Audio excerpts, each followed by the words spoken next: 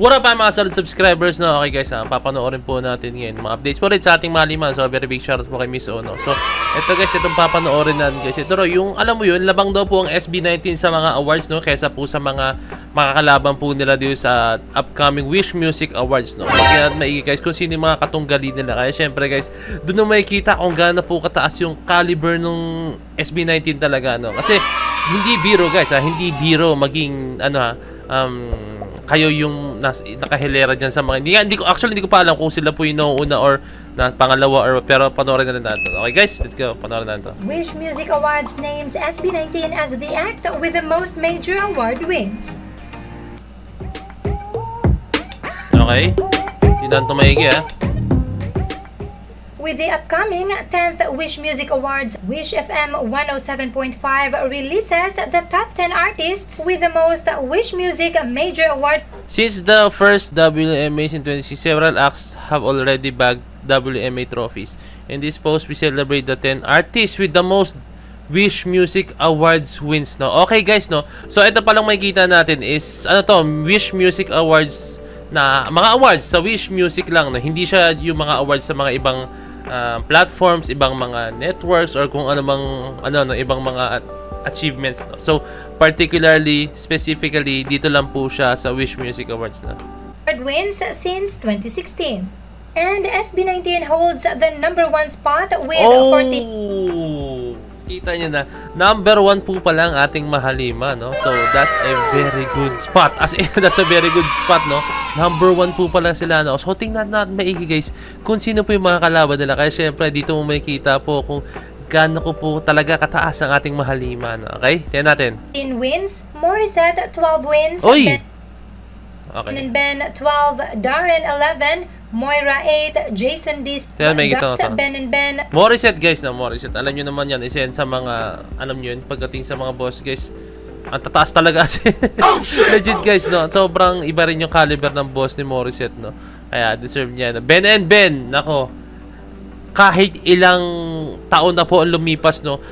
For me, Ben and Ben para po silang SB19, no? Kahit anong mangyari, kahit ilang taon lumipas, so napaka-timeless ng music nila, no? And then, kahit maglabas sila ng kanta ngayon, and then susunod na taon, and then kahit ano man, talagang sinusuportahan ng tao kasi talaga napaka-meaningful, Actually, compare ko talaga ang Ben and Ben sa SB19, no? But this is just my own opinion, no? Kasi pag gumawa po talaga ng music ang Ben and Ben, talagang relatable, no? As in, ang sarap pakinggan yung tipong kung gusto mo maging emotional, okay, pakinggan mo yung kanta na yung lives nila, and then kung gusto mo yung something na mga love life, mga ganyan, no? Gusto ko yung sa susunod na habang buhay, kumbaga wala nang second chance, parang lubos-lubusin mo na, and then yung kathang isip, di ba? Talaga makarelate ka talaga sa Ben. At the same time sa SB19, ganun din po gumawa ang kanta ng SB19. Talagang makakarelate po talaga kayo, no? Talagang ibibigay po nila yung mga kanta na pwede tayong makarelate. Like, kunyari, ito yung feeling natin, ito yung naramdaman natin. Talagang ibibigay ng SB19 yun, no? So, I'm a very big fan ng Ben. And at the same time, nag-collab sila. Alam niyo yan, yung mga guys, no? 12, Darren 11. Darren, to be honest with you, hindi ako fan ni Darren as in. Hindi ko alam kung anong kanta ni Darren ang napakinggan ko na, pero hindi ako fan ni Darren. This is just my own opinion, Moira, syempre alam niyo na, kung gusto niyo masaktan, makinig kayo ng mga kanta ni Moira. Moira 8, Jason D 6, 4 of Spades. Jason D, hindi ako masyadong fan din ni Jason D. 4 of Spades, 4 of Spades. Sayang lang, no, si Unix Salonga, no. Nakakalungkot. 6, Glock 9 6. Glock 9, syempre. Isa rin yan sa mga artists. Siyempre, nag-collab nga sila sa kalakal ng SB19, no? Di ba? For me, kung sino yung mga nakakollab ng SB19, talaga yung, alam mo yun, yung makaka-relate sila, like, halos pareho nila na hindi gumagawa ng kanta na walang sense, no? Glock 9, Naruto Life Story, no? Talagang lahat po ng buhay ng isang tao, talagang i-relate ni Glock 9, no? Upuan, di ba? Nirelate niya yung mga nasa gobyerno, di ba? And then yung anong kanta niyo, yung meron, kung ano yung buhay ng mga tao na nalulong sa droga, no?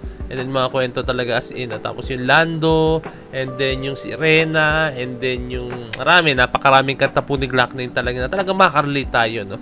The ones na pakinggan ko ng mga kanta nila, pero hindi yung to the point na lagi ko sila napakinggan, no? 6 and KZ Tandingan 5 wins. Okay, KZ Tandingan, isa rin yan sa napaka-solid talaga, no? Na alam mo yan, mga singer, mga artist talaga yun, no? Artist ng ating bansa, no? Na talagang kaya makipagsabayan sa ibang bansa. Parang silang SB19 talaga as in. Now with the upcoming Wish Music Awards, for sure there will be more awards to come for the group. Plus, there's a big possibility for solo awards for the SB19 members as well. Ayun ang tanong ko, no? Paano pag solo, solo award, no? Like, kunyari, si Stel, no? Comment down below, gusto ko lang malaman, no? Paano kung si Stel nanalo or si Josh or basta is either isa sa kanila, no? Madadagdag ba yun sa achievements or sa awards ng SB19 or as individual lang yun, no? Ayun ang gusto kong malaman kung i-add siya, no? Sa SB19 mismo, no? I think, pwedeng hindi, pwedeng oo, no? So, yun lang naman talagang pinakasagot doon, no? Pwedeng hindi, kasi kung hindi man, kasi syempre, si Stel siya eh. Although no, okay, sige, as SB19, pero yung award kasi nakasulat doon is Stel, no? Hindi nilagay doon is SB19. Or pwede rin oo, kasi i-consider nila since member siya ng SB19. No? So, hindi na alam, sana, pero sana for me, pwede, no? Kasi syempre, since they are member of SB19. Now remember, no matter what the result, let's maintain the spirit of sportsmanship. Tama. Sportsmanship lang, guys, no? Kasi kahit sila ang manalo sa awards na yan, magkakaibigan po yan. Hindi naman yung, actually, yung mga awards na ganyan, guys, no? Hindi ini-aim po ng SB19 yan. Or kahit hindi SB19, no? Ng kahit anong artist po, no? Hindi nila ini-aim na mapanalunan nila yan. Talagang blessing lang po yan. Bonus lang po yan, no? Ang pinaka ini-aim po nila is makapaggawa ng kanta na sobrang relatable sa mga tao.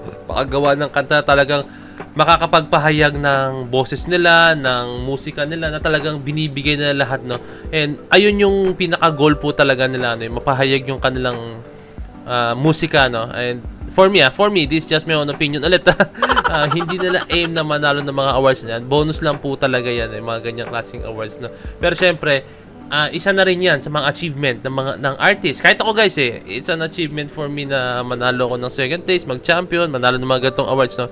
Achievement yun, no? Pero syempre, ang pinakagusto ko, ako kasi, kaya ako sumasayaw, syempre, masarap sumayaw, no? And gusto ko lang din makapag-entertain ng mga tao. And syempre, masabi ng mga tao, uy, ang galing naman nila, no? Yung mga ganong feeling, di ba? Ang sarap, ayun yung talagang ang sarap sa feeling na naka-award talaga. Parang feeling mo na nalo ka ng award, no? Remember our priority for this year, a healthy and peaceful environment for SB19 and their comeback, simula at wakas. Yeah, alam niyo naman, since nanalo na po, hindi naman nanalo, no? Kumbaga, na-reclaim na po ulit ng SB19.